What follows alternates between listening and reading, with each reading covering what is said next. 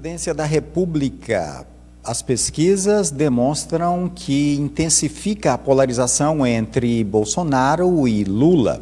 Na pesquisa XP e PESP, o Instituto crava o Lula com 44 e Bolsonaro com 30, se aproximou muito. E já tem instituto também que já está dando uma diferença de apenas 6 pontos percentuais aí, de um para o outro. Então, essa polarização nesse momento, para o petista, ele até, a coordenação da campanha, até comemora a polarização, porque eles desenvolveram o pilar, o principal pilar estratégico da campanha do Lula é em cima do adversário Bolsonaro. Então, as pesquisas levam a eles uma alegria, porque vai confrontar mesmo com Bolsonaro, não haverá uma terceira via com força. Então, essa polarização aí está realmente se consolidando dia a dia e afastando cada vez mais a terceira via. Vamos aos números da pesquisa XP e PESP. Essa pesquisa, que já é a segunda feita para a presidência da República, foram ouvidas 1.000 pessoas por telefone entre os dias 2 e 5 de abril. A pesquisa foi registrada na Justiça Eleitoral com o número BR 03874/2022. A margem de erro máxima estimada é de 3,2 pontos percentuais para mais ou para menos, com intervalo de confiança de 95% da pesquisa IPESP. Vamos lá. Primeiro turno, intenção de voto estimulada para presidente: Lula 44%, Bolsonaro 30%, Ciro Gomes 9%, João Dória, ex-governador de São Paulo, 3%, Simone Tebet, senadora, 2%, Janones, 1%, Emael, 0%, Felipe Dávila, 0%, Vera, 0%, Branco e nulo, 9%, indecisos, 3%. Pois bem, essa pesquisa aqui, ela mostra muita coisa já. Por que mostra muita coisa? Veja, essa pesquisa IPESP aqui, a última, Bolsonaro estava com 26%, ele agora já chega aos 30%. Então, a saída de Moro explica também essa subida desses 4 pontos percentuais aí. A maioria desses 4 pontos vieram da saída do Moro, porque a pesquisa não coloca Sérgio Moro ali. Então, a população que votava em Sérgio Moro acabou tem mais, logicamente, mais intimidade com o presidente Bolsonaro. E esses 4%, então, já migram, saem de Moro e migram para Bolsonaro. Isso ajuda a impulsionar muito mais a campanha dele. Tem uma outra pesquisa também que saiu hoje, é de um instituto um pouco menor, mas vai também com uma outra métrica, vai demonstrando vários detalhes. Como ele está subindo gradativamente, então essa pesquisa já vai cravando outros números aí. É a pesquisa do Instituto Paraná. A pesquisa do Instituto Paraná, divulgada hoje, mostra Lula com 41%, está correto? Sempre foi isso mesmo, de 40% a 44%, né? Aqui está mostrando 41,5% das intenções de voto. Apenas 6,2 pontos percentuais à frente de Jair Bolsonaro, com 35,3%.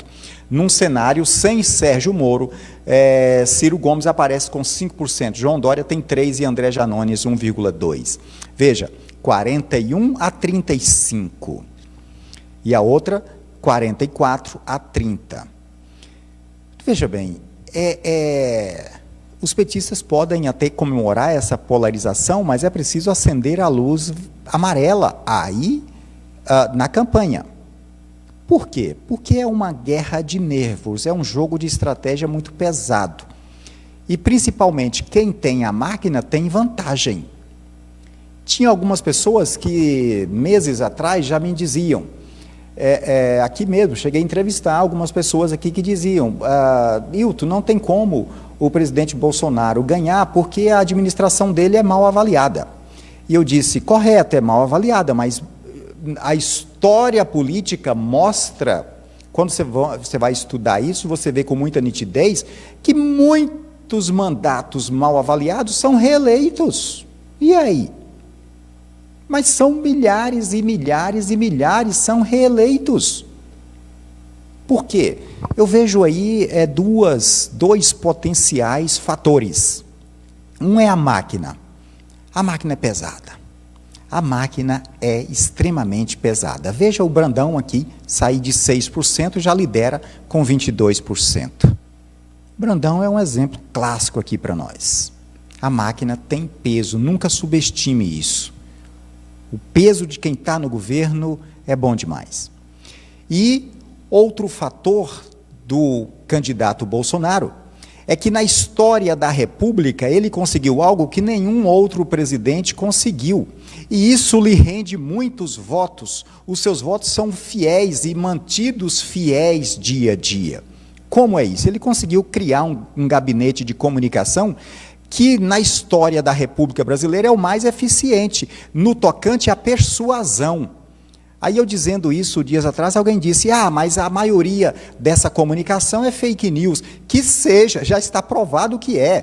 Tudo bem, mas fake news tem mais efeito do que a verdade. Também é pesquisa que mostra isso. Uma fake news, ela persuade, ela convence muito mais do que a verdade. Isso também é histórico. Isso também é pesquisa. Então, isso numa campanha tem um peso fora do comum. E o escritório que trabalha a imagem do presidente é de excelência, ninguém pode subestimar isso. É tão de excelência essa comunicação aí paralela, não é a comunicação do governo ali, a SECOM, não é o Ministério da Comunicação, não é isso, mas é aquele escritório ali. Que trabalha 24 horas, que tem os núcleos lá, inclusive, núcleo de produção, núcleo político, núcleo de disseminação disso e daquilo e tal, é o mais eficiente da história da República. Não adianta querer contestar. E não adianta também querer justificar, mas é fake news. Não vá por aí, está perdendo voto do mesmo jeito. Fake news também dá voto. Não se iluda com esse tipo de coisa. Então, veja bem, é tão eficiente, é tão excelente esse escritório de comunicação do presidente Bolsonaro, que nenhum político brasileiro ainda conseguiu copiar. Só aí você já vê o nível de competência como está tão alto, tão elevado, que ninguém conseguiu copiar ainda, e todo mundo sabe do escritório. Todo mundo sabe, e ninguém conseguiu copiar. Então, comunicação é tudo. Numa campanha, eu já disse aqui diversas vezes, numa campanha, a campanha é guerra de comunicação, uma campanha eleitoral. Quem comunicar melhor leva. E o presidente Bolsonaro tem comunicado melhor. É tanto que ele é extremamente estratégico.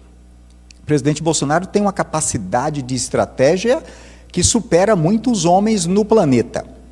Veja só, a última que ele montou, e sempre dá certo as estratégias dele, porque certamente são bem pensadas e elaboradas antes de falar. Não pense que as falas do presidente Bolsonaro não têm um padrão, elas têm um padrão. Não subestime isso, isso já houve estudo científico também que eu já li. Pois bem, mas vamos nos ater aqui. Essa semana ele disse, ele conseguiu jogar os militares no palanque e o seu adversário Lula mordeu a isca, caiu. Percebe? Estratégia é tudo. Como foi essa grande estratégia? Quando ele disse que lá o resultado final, a terceirização da eleição não seria tipo as urnas, seria mais ou menos os militares que iria dar um jeito. Se fugisse tudo do controle, os militares estavam ali para manter o ideal controle.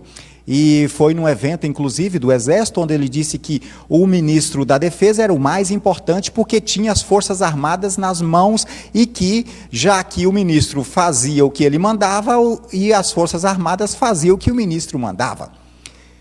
Então, com esse argumento que foi estratégico, que foi pensado, o seu adversário mordeu a isca direitinho. Lula foi para um evento, me parece que da Central Única dos Trabalhadores, a CUT, uma central sindical aí, e chegou lá e disse: quando eu ganhar a eleição, 24 horas depois que eu assumir, eu vou dar a canetada nos 8 mil funcionários públicos aí das Forças Armadas que tem no sistema, que tem no governo. São 8 mil cargos. Pronto, perdeu o voto de todo mundo, afastou todo mundo e já começa a provocar uma certa ruptura. As pessoas têm medo da ruptura. Então, com isso, afastam ainda mais. Outra coisa, também, o presidente Bolsonaro, nessa pesquisa também, já sobe também no meio dos evangélicos. Estratégia é tudo. Mais uma vez, o candidato Lula morde a isca e acaba perdendo votos. Uma eleição polarizada como essa, cada passo em falso é perda de voto. Não pode dar passo em falso, senão perde. O presidente pode até dar alguns passos em falso, mas tem o governo para cobrir. Então, consegue reverter em 24 horas, em uma semana, antes da próxima pesquisa, percebe? Quem está fora do governo não tem isso, é como o Everton e Brandão. Brandão consegue reverter alguma pisada na bola que ele der ali, porque tem o governo. Agora, quem está fora, fica muito mais difícil de reverter um desgaste provocado na campanha. Ora, uma pesquisa que eu vi de evangélicos aí recentemente, estava assim: presidente Bolsonaro com 40% e Lula já com 32%. 32%, então significa que está ali muito perto, não é? Ele que já estava, já tinha tido lá 5%, 4%. Então, excelente. Essa semana passada já começou a perder esses 32%. E voltaram para o presidente Bolsonaro. Sabe por quê? Porque ele fez uma fala sobre aborto, defendendo o aborto. Então, os cristãos afastaram novamente. Então, cada fala, cada vez que o candidato abrir a boca, é preciso pensar muito, os dois lados. Mas eu digo, o presidente ainda leva vantagem em cometer algum erro, porque tem a máquina para cobrir esse erro. Quem está no poder tem essa vantagem e consegue, não é problema. Né? Dá para reverter um montão de coisa. Agora já acende o sinal vermelho da campanha petista. Por quê? Tem um outro detalhe mais relevante ainda que eu quero mostrar para vocês agora. Quem se saiu melhor com o fechamento da janela partidária? Quem mais ganhou, quem perdeu? Foi o lado de Bolsonaro ou foi o lado de Lula? Foi o lado de Bolsonaro, e olha, de 10, deu de lavada. Veja você, o PL do presidente Bolsonaro tinha, veja você, como cresceu na Câmara Federal? Tinha 33 deputados federais. Sabe quantos tem agora? 73 deputados federais. É a primeira bancada da Câmara Federal. Massacrante. Segundo, tem o PP, que estava com 38, agora tem 50. É o terceiro partido. Em segundo lugar ficou o PT, o partido de Lula, que tinha 55, conseguiu mais um, foi para 56. É o segundo na Câmara. Primeiro o PL de Bolsonaro, o segundo é o PT, mas o Republicanos também cresceu, o PP cresceu, o PL cresceu, então eles se tornaram muito mais fortes na Câmara. E isso, numa campanha, tem muito peso. Os partidos de esquerda perderam muito. O PSB, por exemplo, tinha 30 e poucos deputados, hoje só tem 25. Então, vários outros partidos de esquerda, PV, que se juntam ali com o PT, perdeu nomes. E por que é importante o deputado? Por dois motivos. Primeiro, é o fundo partidário. É como algumas pessoas estão dizendo, o partido agora virou uma cooperativa de candidatos. Os candidatos estão entrando nos partidos visando o fundo partidário. o fundo eleitoral, que é para dividir ali o bolo na campanha, né? Então, o partido, quanto mais deputado tem, mais dinheiro vem, então mais lucro para todo mundo. O PL de Valdemar Cabral, aí, de ex-presidiário ao topo da política maranhense. Ele está no topo aí agora, está tranquilo com esses 73 deputados, enquanto a esquerda tem apenas 100 e poucos deputados. Só o PL tem 73. Isso fortalece por demais o presidente Bolsonaro, porque esses deputados vão todos fazerem campanha para o presidente Bolsonaro em seus estados e vão nos seus redutos eleitorais falar, divulgar, pedir voto para o presidente. Os seus redutos eleitorais serão muito mais fortalecidos com essa quantidade enorme de deputados. Então, foi uma perda enorme que a esquerda teve aí, que o lado do candidato Lula teve, com o fechamento da janela partidária. Partidos de esquerda perderam nomes e partidos de direita ganharam muito mais nomes. Então, aí é claro que a coisa tende a balançar muito mais para o lado, a eleição já vai refletindo mais para o lado do presidente Bolsonaro. Por isso que ele já está refletindo nas pesquisas, já está subindo. É preciso essa polarização. Também as pesquisas mostram uma outra coisa que aí já é lamentável e perigosa, mas deve realmente acontecer isso na campanha, ser uma campanha extremamente violenta de ambos os lados. Pesquisas já mostram aí que o nível de intolerância do eleitor brasileiro cresceu e cresceu muito com essa polarização. Muito mais do que aquela na época Collor e Lula. Ali foi fichinha em 1989. Então, agora é uma coisa já que vai para as vias de fato. Pode realmente haver morte, não resta a menor dúvida. As pesquisas têm demonstrado isso. O nível de intolerância do eleitorado brasileiro, 25% dele aumentou muito. Ora, 25% do nosso eleitorado dá cerca de 40 milhões de eleitores. 40 milhões de pessoas intolerantes. Difícil isso. Perigoso isso. Que o bom Deus nos proteja, porque não será uma eleição nada fácil. O candidato Lula, essa semana, inclusive, acendeu um fósforo em cima de um barril de pólvora, quando ele falou algo que, fora da polarização, poderia ser dito por qualquer candidato, não teria problema. Mas como é nesse momento eleitoral e na polarização intensa como está, vira um barril de pólvora.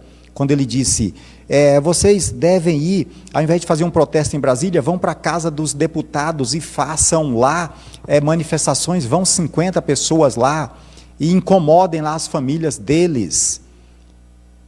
Não é não é brigar, é fazer cobrança lá na porta deles.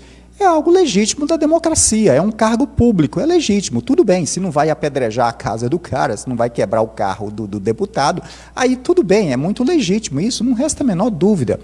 Tudo bem, a democracia permite, a Constituição permite, todas as leis permitem isso, mas a polarização é tão grande que é tipo um barril de pólvora aí.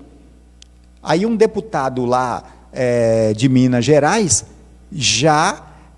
ele é policial aposentado, já sacou uma arma e já disse, mostrou num vídeo e disse, Lula, pode vir você e pode vir todo mundo para incomodar a minha filha e a minha mulher aqui, olha o que está esperando vocês aqui. Então é só apenas um detalhe do que pode vir por aí. Então é preciso ter muito cuidado. Pode ser a eleição mais perigosa da nossa história. Pode ser a eleição mais violenta da nossa história. Muito cuidado, você que tem um lado ou outro, cuidado, porque será uma eleição, tudo leva a crer, até as pesquisas estão demonstrando que será uma eleição violenta, infelizmente. Esta foi mais uma parte do seu cenário político de hoje, porque a notícia política pousa por aqui.